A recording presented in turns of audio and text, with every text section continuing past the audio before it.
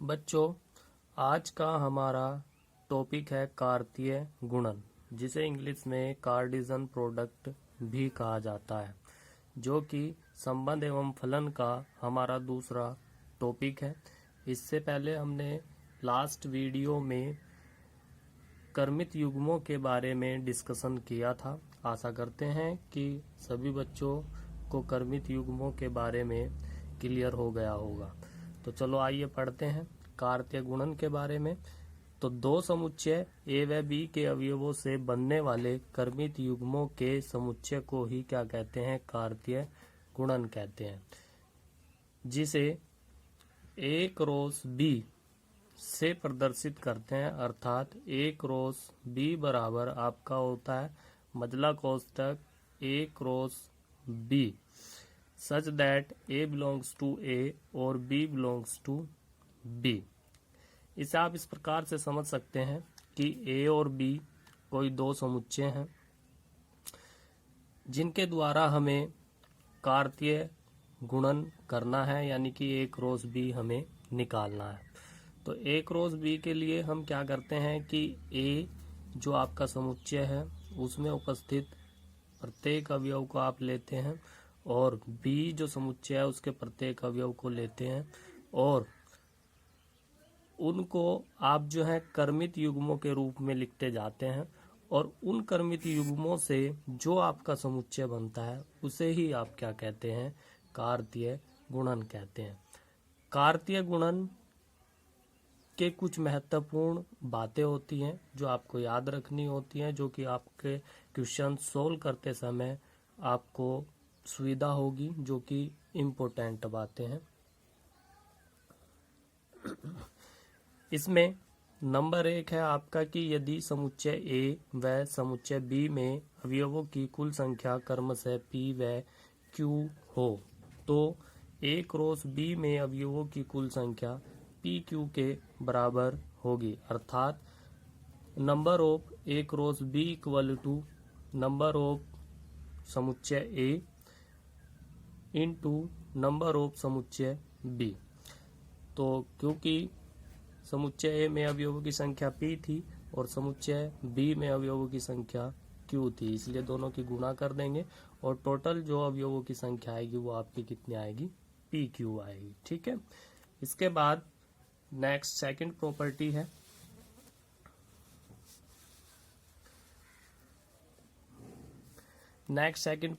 आपकी है यदि a equal to 5 b equal to 5 तो तब ए क्रॉस बी का जो मान आएगा आपका वो भी आपका क्या आएगा? 5 आएगा। उसके बाद आपकी थर्ड प्रॉपर्टी है यदि A not equal to 5, not equal to का मतलब है कि ए के अंदर कोई ना कोई अवयव होना चाहिए और बी इक्वल टू 5, यानी कि जो बी समुच्चय है वो आपका क्या होना चाहिए? रिक्त समुच्चय होना चाहिए। तो तब ए क्रॉस बी इक्वल टू आपका क्या होता है? 5 होता है। ठीक है। फिर प्रॉपर्टी नंबर आपकी फोर्थ, ए क्रॉस बी के उप समुच्चयों की संख्या यदि आपको निकालनी हो कि ए क्रॉस बी जो आप निकालेंगे उसमें उप समुच्चयों की संख्या कितनी बन रही है, तो ये एज ए फॉर्मूला आप याद कर सकते हैं। तो 2 की पावर आपका पी क्यू, और पी क्यू क्या था हमारा? जो कि आपका क्या था? क्रमित कार्तीय गुणन में अवयवों की कुल संख्या। ठीक है। फिर उसके बाद प्रॉपर्टी नंबर आपका कितना है? 5 है। इसमें आपका ए स्क्वायर दिया गया है। ए स्क्वायर का जो मतलब होता है आपका ए क्रॉस ए होता है, यानी कि आपको ए का ए के साथ ही क्या निकालना है? आपको कार्तीय गुणन निकालना है। ठीक है। ए की पावर 3 का मतलब आपका होता है कि ए स्क्वायर क्रॉस आप कितना लिखेंगे? ए लिखेंगे। और ए स्क्वायर आपको निकालना आ ही गया है कि ए स्क्वायर को आप कैसे निकालेंगे? ए क्रॉस ए और क्रॉस ए, जो कि 3 समुच्चयों का कार्तीय गुणन है। अब बात आती है कि कार्तीय गुणन निकालते कैसे हैं, तो उसके लिए हमने यहाँ पे एक एग्जाम्पल लिया हुआ है। इस एग्जाम्पल के द्वारा आप समझेंगे कि कार्तीय गुणन आप कैसे निकालते हैं। कार्तीय गुणन निकालने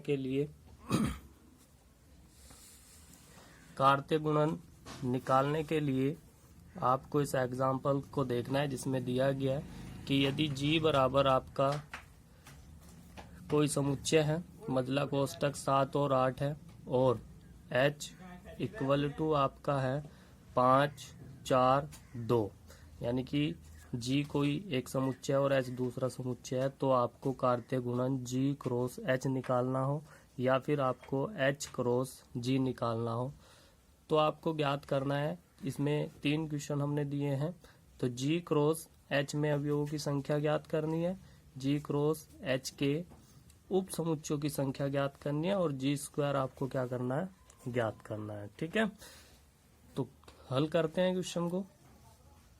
तो G का मान लिख लेते हैं। G इक्वल टू आपका मजला कोष्टक 7 8, 2 अवयव है इसके अंदर, ये हमने लिया। H बराबर आपका दिया गया मजला कोष्टक 5, 4, 2 मजला कोष्टक बंद। तो जब हम G क्रॉस H निकालेंगे, यानी कि G क्रॉस H का क्या मतलब है कि कार्तीय गुणन आप निकालेंगे, तो वो इक्वल होगा, यानी कि आप G का मान रखेंगे, क्रॉस करेंगे और H का मान रखेंगे। अब हमें इसमें कर्मित युग्म बनाने हैं, तो कर्मित युग्म किस प्रकार से बनेंगे कि जो आपका पहला समुच्चय था उसको आप पहले स्थान पे रखेंगे और जो दूसरा समुच्चय था दूसरे स्थान पे रखेंगे। कह सकते हैं कि यदि G क्रॉस H निकाल रहे हैं तो पहले G का मान आएगा, और यदि आप H क्रॉस G निकाल रहे हैं तो पहले H का मान आएगा। ठीक है, तो इनका मान हमने रखा। तो हम देख रहे हैं कि जो G समुच्चय था उसका जो पहला अवयव था उसको हम प्रत्येक समुच्चय H के अवयवों के साथ क्या कर रहे हैं, लिख रहे हैं, जिससे कि एक बार हमारा कर्मित युग्म 7 5 बनेगा, फिर 7 4 बनेगा, फिर 7 2 बनेगा। ठीक है, यहाँ तक आपका कंप्लीट हो गया। उसके बाद हम G समुच्चय के दूसरे अवयव को लेंगे और H समुच्चय के प्रत्येक अवयव के साथ आप इसको लिखेंगे, जिससे कि हमें प्राप्त होगा 8 5, 8 4 और 8 2। इन सभी कर्मित युग्मों को आप क्या करते हैं, छोटे कोष्टक में लिखते हैं और प्रत्येक कोष्टक के बाद आप क्या लगाते हैं, कोमा लगाते हैं, और प्रत्येक 2 अवयवों के बीच में भी आप क्या लगाते हैं, कोमा लगाते हैं। मजला कोष्टक बंद करेंगे। तो इस प्रकार जो हमें प्राप्त हुआ वही हमारा कहलाता है कार्तीय गुणन। यदि आपसे पूछा जाए कोई भी 2 समुच्चय आपको दिए गए हों, जैसे इसमें G और H दिए गए हैं और G क्रॉस H आपसे पूछा जा रहा है, तो आप इस प्रकार से इसको हल करेंगे और हल कर करके आप इसका आंसर लिखेंगे। फिर आपको कहा गया है कि H क्रॉस G का मान निकालिए, तो H क्रॉस G का मान भी आपको निकालना है। तो जैसा कि कहा गया है कि यदि H पहले आता है तो समुच्चय H को आप पहले लिखेंगे, G बाद में आ रहा है तो समुच्चय G को आप बाद में लिखेंगे। अब जो H समुच्चय है उसके पहले अवयव को लेंगे और G समुच्चय के प्रत्येक अवयव के साथ आप उसको कर्मित युग्म बना करके लिखेंगे। 5 के साथ आप कितना लिखेंगे, 7 लिखेंगे। 5 के साथ कितना लिखेंगे, 8 लिखेंगे। फिर दूसरा अवयव लेंगे, उसको भी ऐसे ही लिखेंगे, 4 7 आएगा, फिर 4 8 आएगा।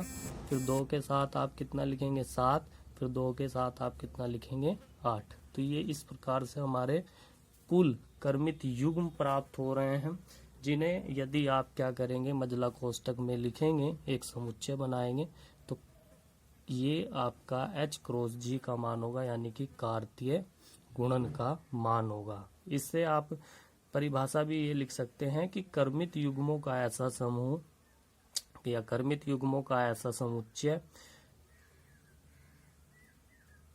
कर्मित युग्म के समुच्चय को ही हम क्या कहते हैं, कार्तीय गुणन कहते हैं। ठीक है, अब ये आपकी समझ में आ गया होगा। अब हम आगे नेक्स्ट क्वेश्चन करेंगे, जो कि फर्स्ट करके दिया गया है, इसमें ये क्वेश्चन में ही था।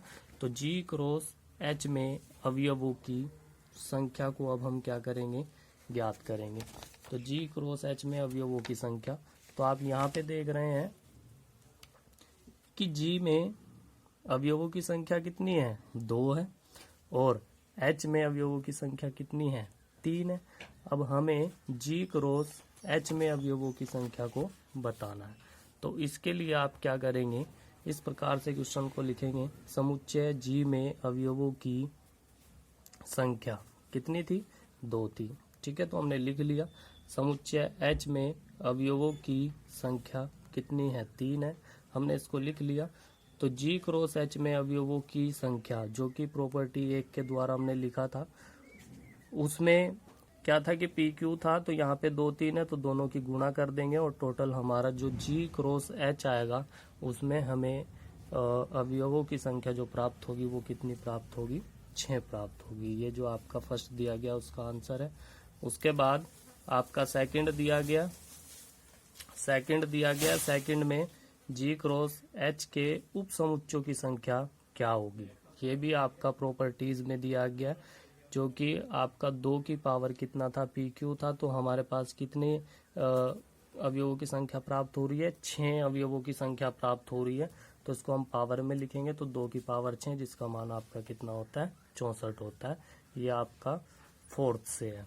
फिर उसके बाद थर्ड आपको दिया गया था क्वेश्चन, थर्ड में आपको दिया हुआ था कि G स्क्वायर ज्ञात कीजिए। तो G स्क्वायर, क्योंकि हमने बताया था कि G स्क्वायर बराबर आपका कितना है, G क्रॉस G है। अब G का मान हमारे पास कितना था, G का मान हमारे पास था 7 और 8, जो कि यहाँ पे लिखा हुआ है। तो हम इसी के साथ एक बार क्या करेंगे, कार्तीय गुणन करेंगे। तो 7 को, यानी कि जो पहला समुच्चय होता है उसका पहला अवयव दूसरे समुच्चय के दोनों अवयव के साथ क्या करता है, कर्मित युग्म बनाता है। तो 7 को 7 के साथ लिखेंगे, फिर 8 के साथ लिखेंगे, फिर 8 को 7 के साथ लिखेंगे और 8 को 8 के साथ लिखेंगे। तो टोटल इसमें जो है हमें कितने कर्मित युग्म प्राप्त हो रहे हैं, 4। ठीक है, तो यही इसका क्या हो जाएगा, आंसर हो जाएगा। ठीक है, फिर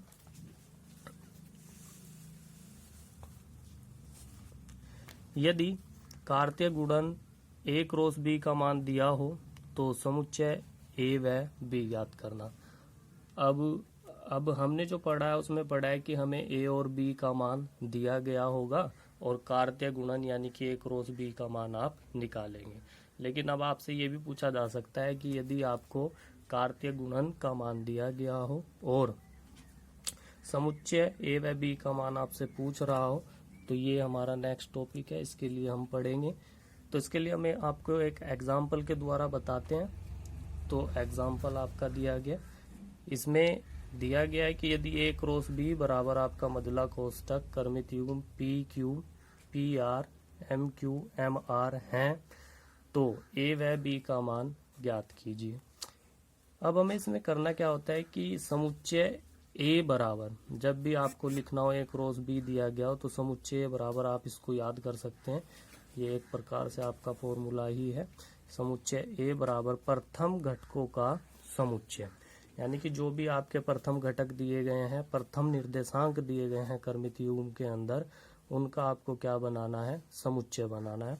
तो हम यहाँ पे इनका समुच्चय बना लेते हैं। आप देख रहे हैं कि P है, हमने P लिखा, फिर P है, P लिखेंगे, फिर M है तो M लिखेंगे।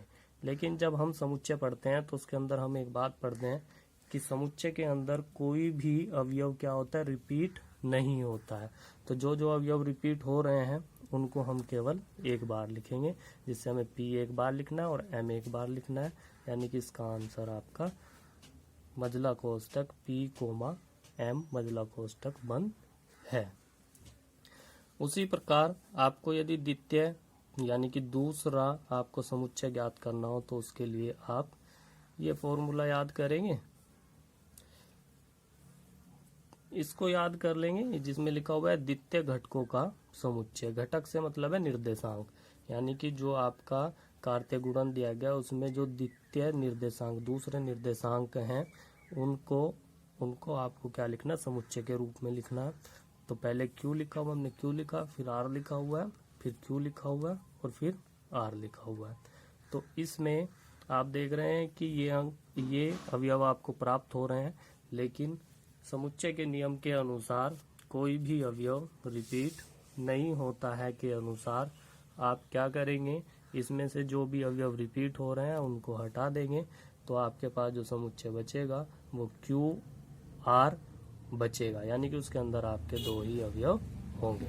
अब आपके लिए कुछ होमवर्क है जो कि इन दोनों एग्जाम्पल पर आधारित है, जो कि आपको करने हैं। ठीक है, तो होमवर्क में क्वेश्चन नंबर 1 दिया गया है और उसके कुछ पार्ट दिए गए हैं। निम्नलिखित समुच्चयों के कार्तीय गुणन A क्रॉस B ज्ञात करने हैं। तो A का मान दिया गया फर्स्ट में और बी का मान दिया गया है जिसका आपको हल करना है। सेकंड दिया गया, इसमें ए और बी का मान दिया गया, इसको भी आपको हल करना है। फिर थर्ड दिया गया, ये 3 है यहाँ पे। उसके बाद क्वेश्चन नंबर 2 है आपका, यदि ए क्रॉस बी जो कि एग्जाम्पल नंबर 2 था उस पर आधारित है, तो ए व बी का मान ज्ञात करना है। ये आपका क्या है, कार्तीय गुणन दिया गया है कोई, इससे आपको क्या करना है, समुच्चय निकालना है।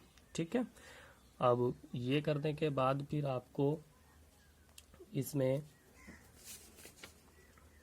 एक क्वेश्चन और आपको लिखना है, वो मैं आपको बता दे रहा हूँ क्या है।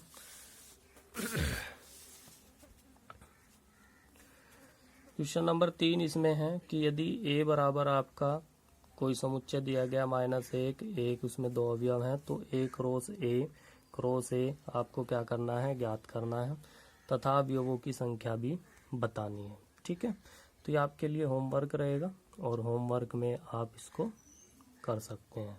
ठीक है, अब नेक्स्ट आप पढ़ेंगे संबंध के बारे में, संबंध की परिभाषा, क्योंकि नेक्स्ट टॉपिक हमारा इसके बाद कार्तीय गुणन के बाद आता है संबंध।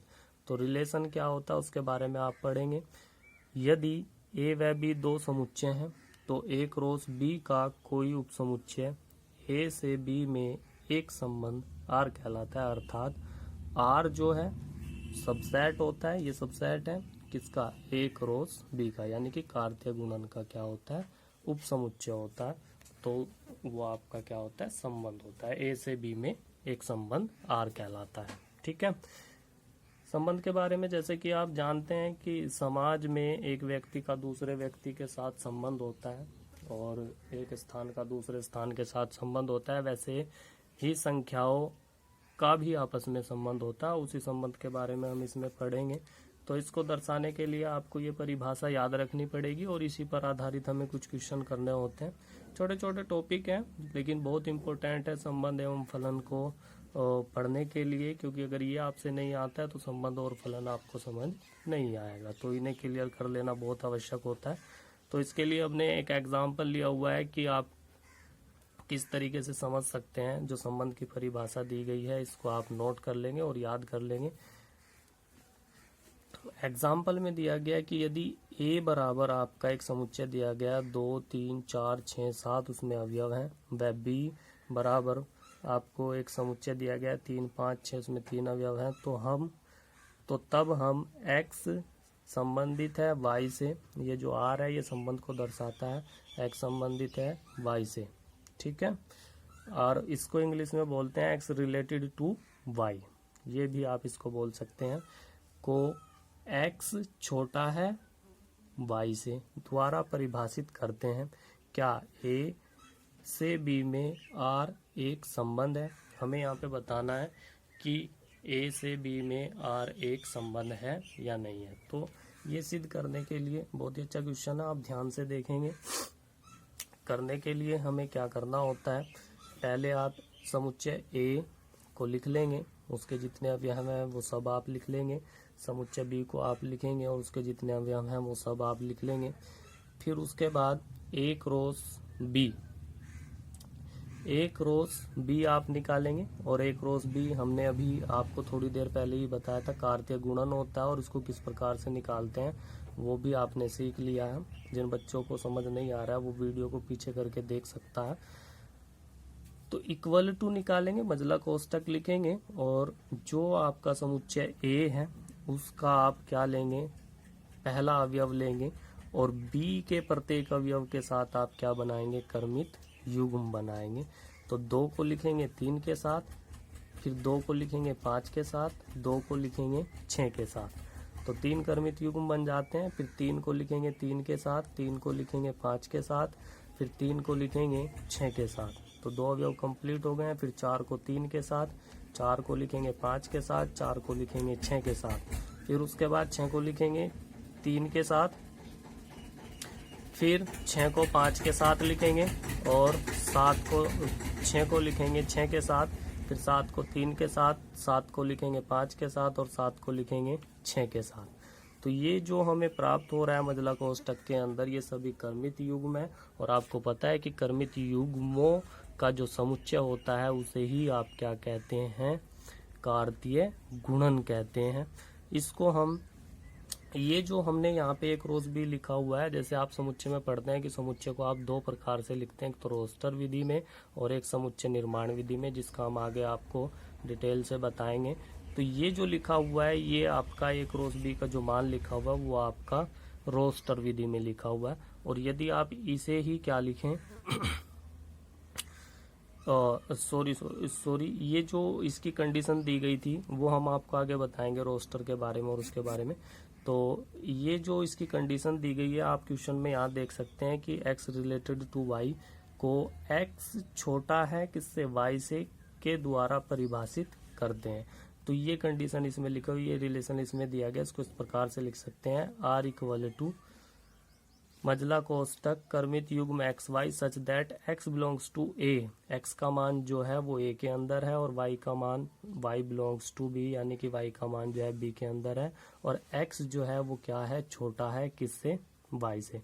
यानी कि आपको संबंध आर इस प्रकार से दर्शाना है कि कर्मित युग्म हो और एक्स का मान ए से लिया गया हो, y का मान b से लिया गया हो तथा x का मान छोटा होना चाहिए किससे, y से।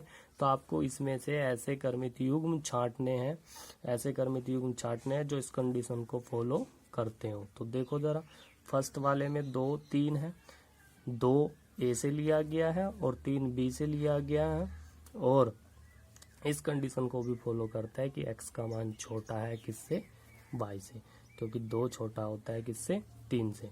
तो इस प्रकार के कंडीशन को जितने भी कर्मित युग्म फॉलो करते हैं वो सब आपको r के बराबर लिखने होते हैं। तो फिर उसके बाद 2 5 2 6 3 3 तो नहीं है क्योंकि अंतर ये छोटा नहीं है, इक्वल है, ये भी नहीं आएगा क्योंकि इसमें 3 का मान जो है क्या है, कम है 5 से, ये भी नहीं आएगा।